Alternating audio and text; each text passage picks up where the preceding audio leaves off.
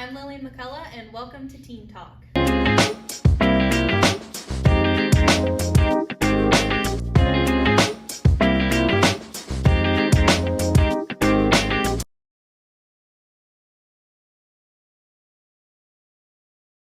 here today with Kingston Fisher.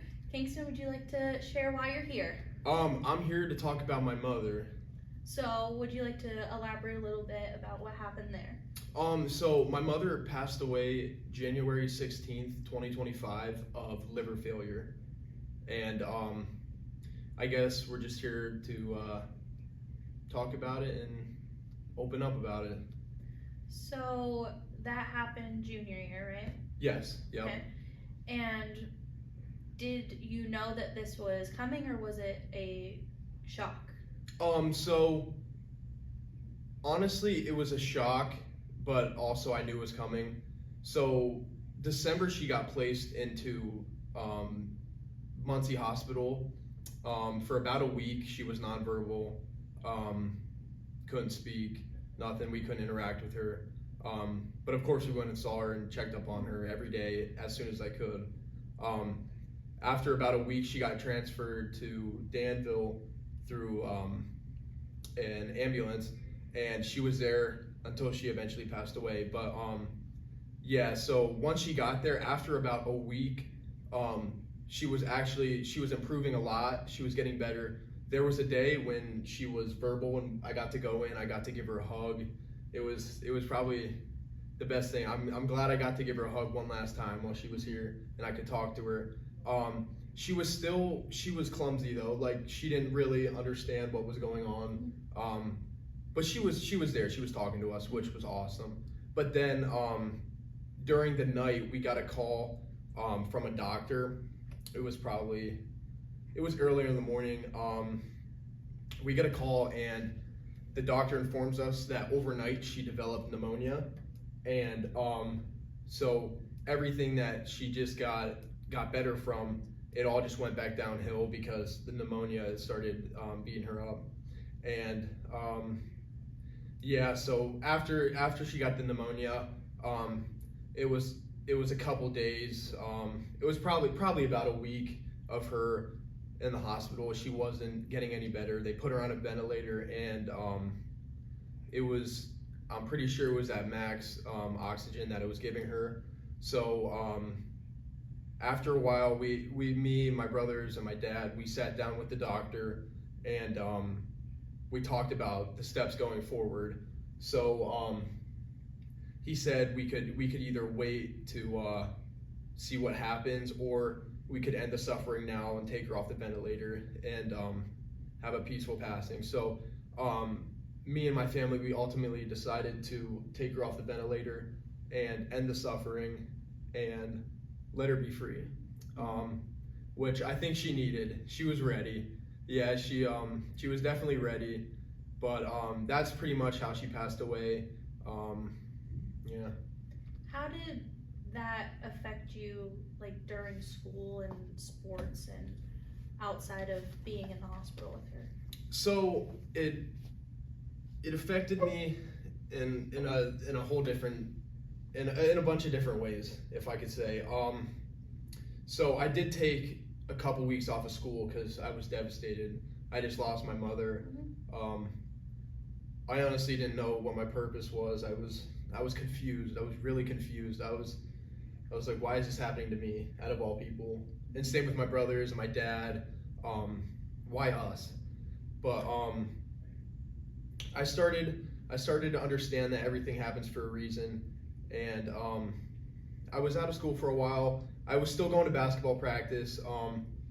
Actually, it was a couple days after my mom passed. We had a playoff game, or no, it wasn't a playoff game. We had a game against Mount Carmel in basketball. It was a home game, and my coach surprised me with he got little pennies that everybody wore when we did warm-ups, and that really it broke me down, because it really showed that everybody around me cared about me, and it showed that they had my back through anything that I'm going through. And that also really helped me a ton, because it showed me that I'm not in this alone. I have my peers and my friends. I have them here supporting me, and it was really nice to see. Obviously, I mean, I think I did get a lot quieter because I used to be. How can I say this? I used to be more happy, but after she passed, I did decline in my happiness, and I just kind of like pushed everything away. I was pushing people away. I was to myself. I just wanted to be alone in my room doing nothing. I just wanted to be alone, and eventually I kind of broke through that. I got closer with God, and I needed to understand that everything happens for a reason, and this is all just a part of the process, and that's basically what just kept me going. And other than your friends and your family, what's something that helped you like release the pain that you were feeling? So what I used to help me release the pain, this probably sounds like any other guy, but I hit the gym. I really, really hit the gym. I was going 2 times a day. A couple of days I was going 3 times a day because I was just doing anything to clear my mind, to just not think about like everything that has happened in these past few weeks. And I was really hitting the gym. I was hitting the punching bag. I was doing everything I could not to think about what has happened, but obviously I was still thinking about it because it's real. Right. I mean, I felt everything, but I hung out with my friends as much as I could. I was trying not to. After a while, I was trying not to isolate myself because I feel like that would have made me decline worse because I was just all alone, all my thoughts to myself. And also, all my friends, they have definitely helped me out a ton because I've talked to every single one of them individually about what has happened, and they always give me so much support, and they always tell me they have my back and they're always there for me. That's what I love my friends, and they've always had my back. Yeah. Something that I ask everyone that comes on here is, how do you think the journey would have been different if you didn't have those friends and those people that were there for you? Oh man, wow. Well, I think it saved me because they didn't understand what has happened because they haven't gone through it, which I'm glad, but they understand to a certain amount where they can help me and be there for me. If I didn't have my loved ones or my friends surrounding me and pushing me to keep going and get better and get closer to God, then honestly, I don't really know where I'd be. I couldn't tell you. I don't know what would happen, to be honest. And sports is a big part of your life. Yes. Did that help, being around people and getting your mind out of it, being there too? Yeah, sports really helped a lot too, because like my friends, but sports is like a family. You're with these guys, like this past football year, I was playing football with these guys for 10 years plus. I've known these guys my whole life, and same goes with basketball. Like, it's one big family where we all have each other's backs, and we all just care for each other so much, and I'm really glad I got to experience that and have them surrounding me. If you could talk to your past self, what would you say to him?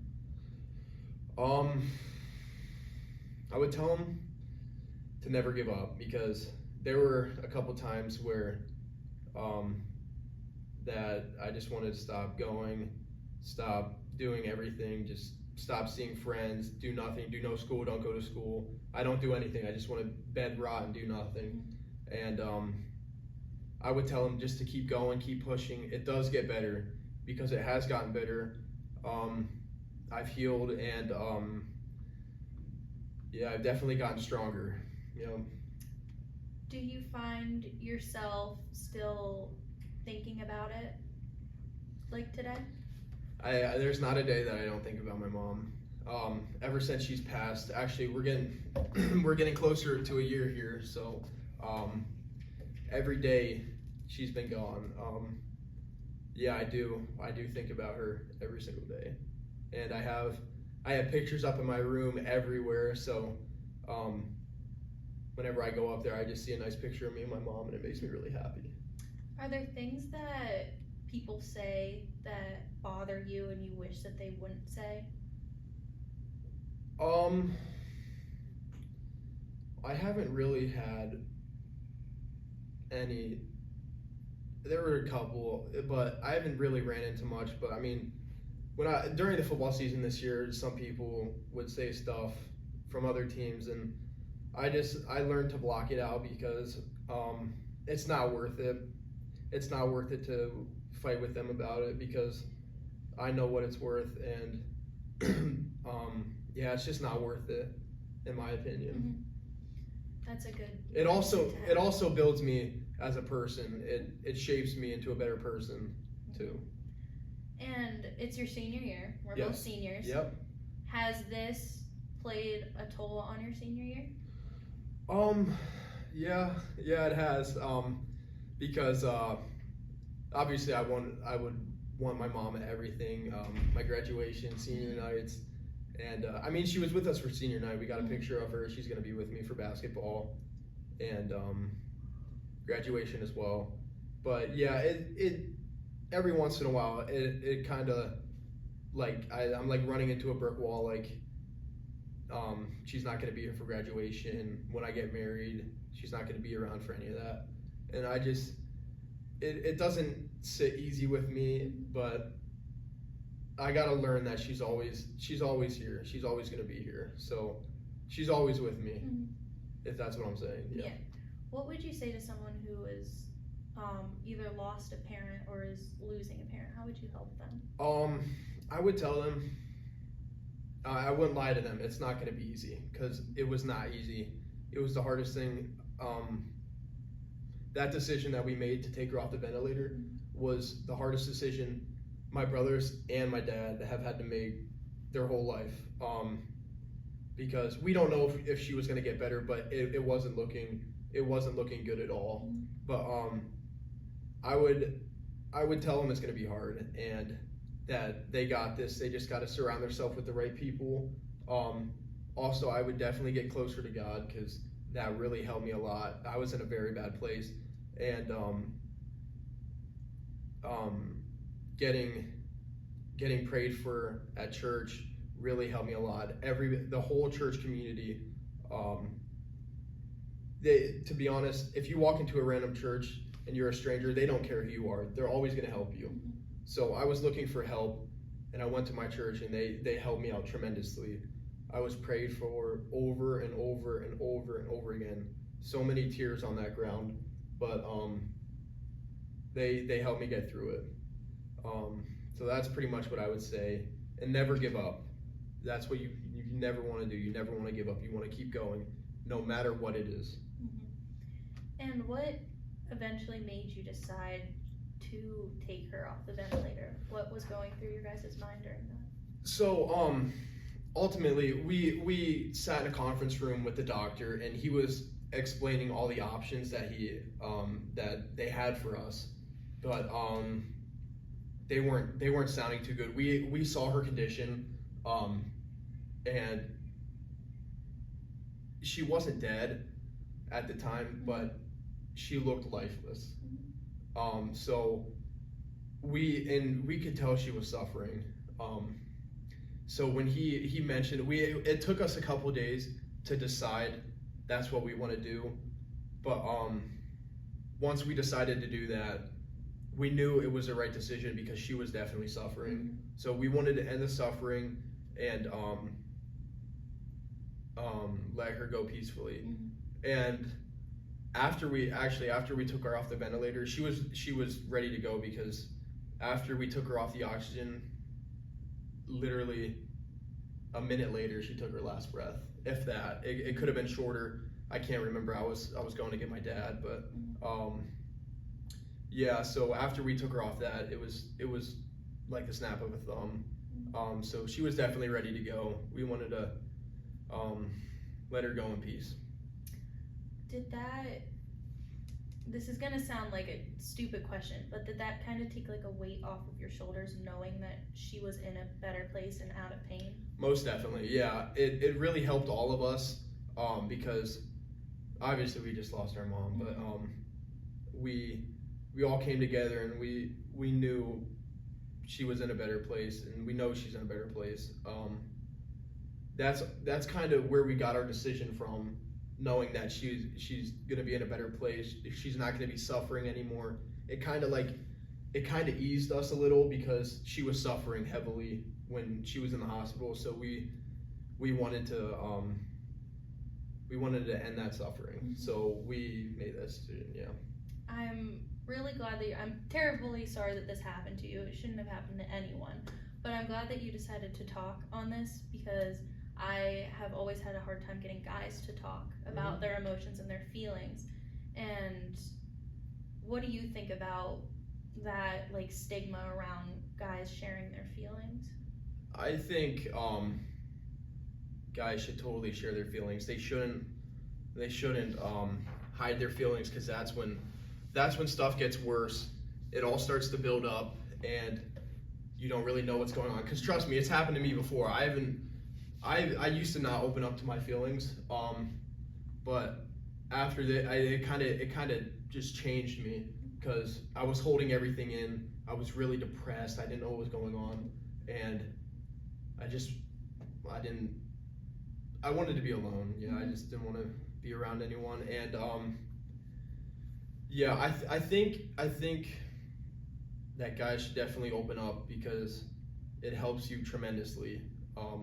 You might think it doesn't, but once you try it, it does. Because it's helped me out tremendously, and I'm so much more happier, and I'm better off, like, in my own headspace, like in my mental health. I'm so much better off after opening up with my feelings. Why do you think guys have such a hard time opening up? To me, it looks like a stereotype, because I've seen all these TikTok videos about guys not wanting to open up because it's not a manly thing, and girls are supposed to be the ones opening up, and I think that's stupid. I think both genders should open up. It shouldn't just be guys not opening up.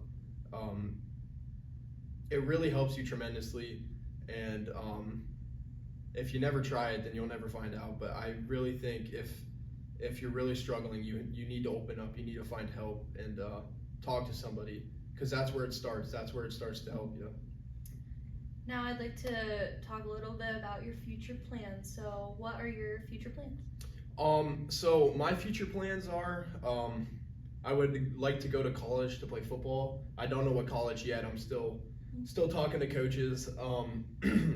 But I would also like to either get a degree in construction management or criminal justice. Whatever one spikes my interest. And then with that, I would like to go to the police academy to become a state trooper.